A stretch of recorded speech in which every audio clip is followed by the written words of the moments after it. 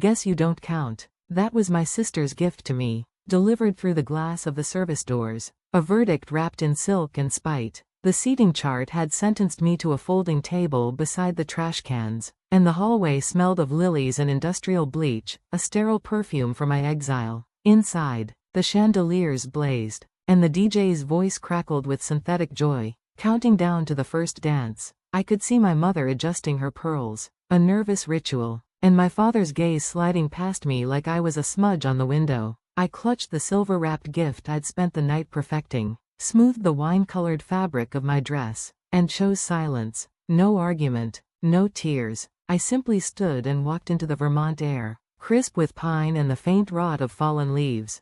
5 minutes later, the music died. A scream splintered the ballroom's gilded peace.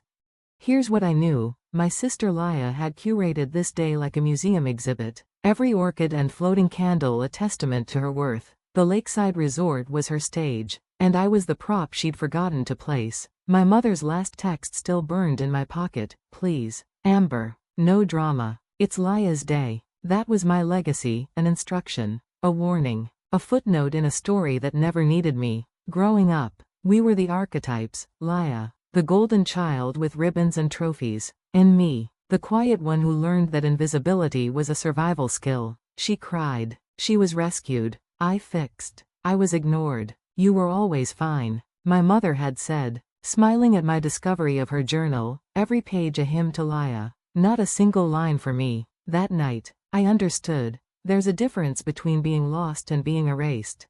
I remembered that journal as I walked back toward the ballroom, my heels clicking on marble. Through the glass, I watched them pose, Mom in champagne silk, Dad straightening his tie, Laya glowing like a bride in a magazine. She glanced at me, a brief, dismissive smile, the kind reserved for strangers. The wedding coordinator intercepted me, her clipboard a shield. Miss Hayes, you're listed for hallway seating. I laughed, waiting for the correction. It didn't come. I followed her gesture to a small table near the service doors, a vantage point that offered a full view of the celebration I was barred from. I set down my gift, a box I'd wrapped with painstaking care, and told myself the same lie I'd perfected over years: it's fine. You don't need them.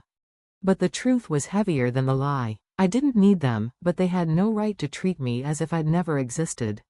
Then Laya appeared, her bouquet a weapon of white petals, her veil trailing like smoke. She stopped at the doorway, her reflection doubled in the glass, one adored, one cruel. Well, she said, her voice honeyed with contempt, looks like they finally figured out where you belong. I blinked, my throat dry. Guess you don't count, she added, as if she were solving a simple equation. Behind her, the photographer called for her return, but she lingered, hungry for a reaction. I gave her none. Instead, I met her gaze, steady and unflinching. You've always had space, I said quietly. You're the one who keeps shrinking it. Her smile faltered. You twist everything, she hissed. You make everything difficult. I thought of that journal again, every blank page where my name should have been. I'm not difficult, I replied. I just see things as they are. She rolled her eyes, her venom sharpening. Face it, Amber, nobody needs you here, not ever.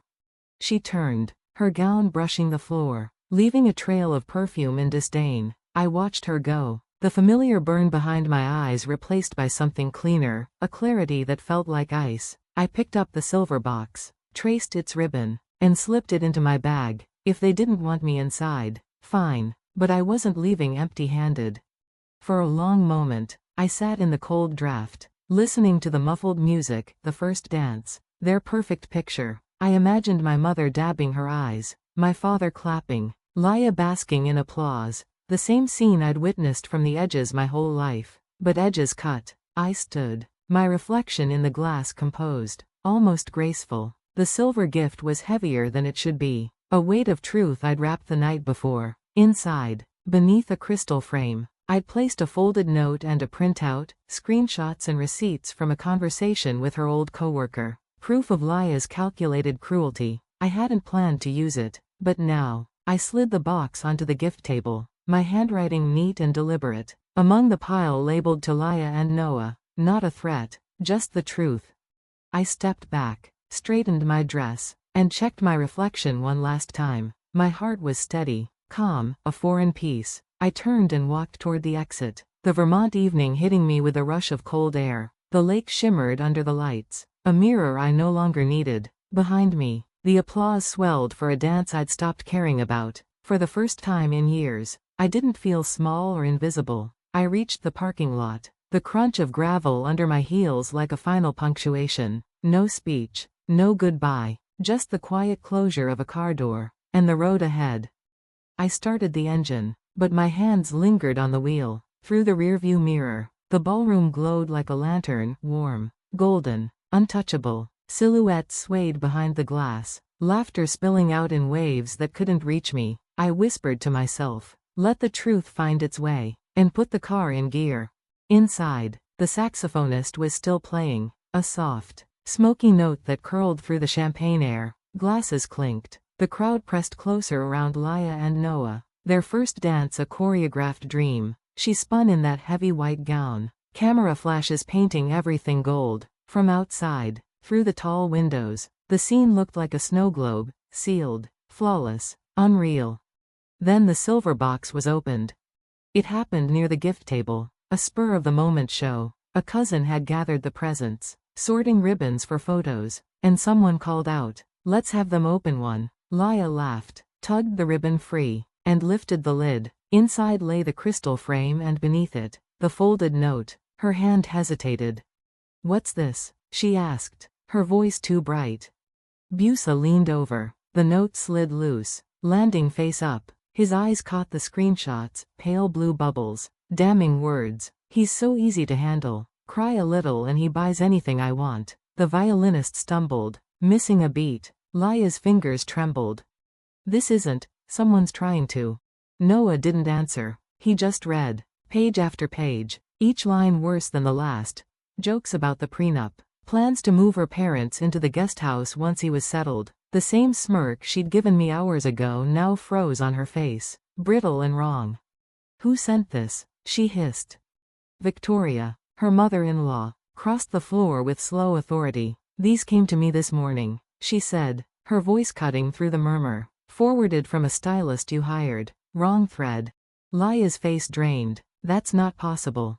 No's voice was low, almost gentle. It's real, Laya. The dates match. He turned the final page, a photo of her text. The house will be mine by Christmas. A collective gasp rippled through the room. Phones emerge. The photographer froze. Someone whispered, oh my God. Laya lunged for the papers. You can't show people that. Victoria stepped between them. You showed it yourself, sweetheart.